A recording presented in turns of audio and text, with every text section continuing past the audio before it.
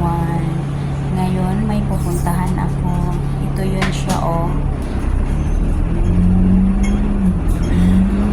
Yan yung pupuntahan ko ngayon.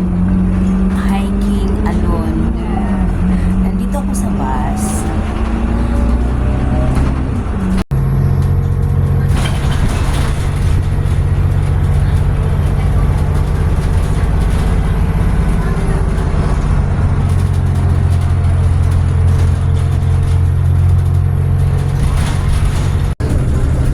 Sakyan number 14 na bus galing sa Saiwan Home.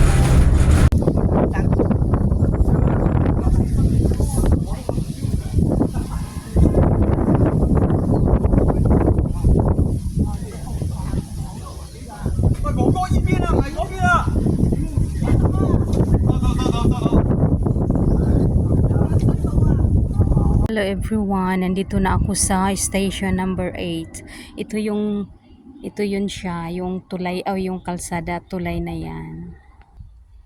Yan siya dito. Dadaan ako diyan. Papunta doon.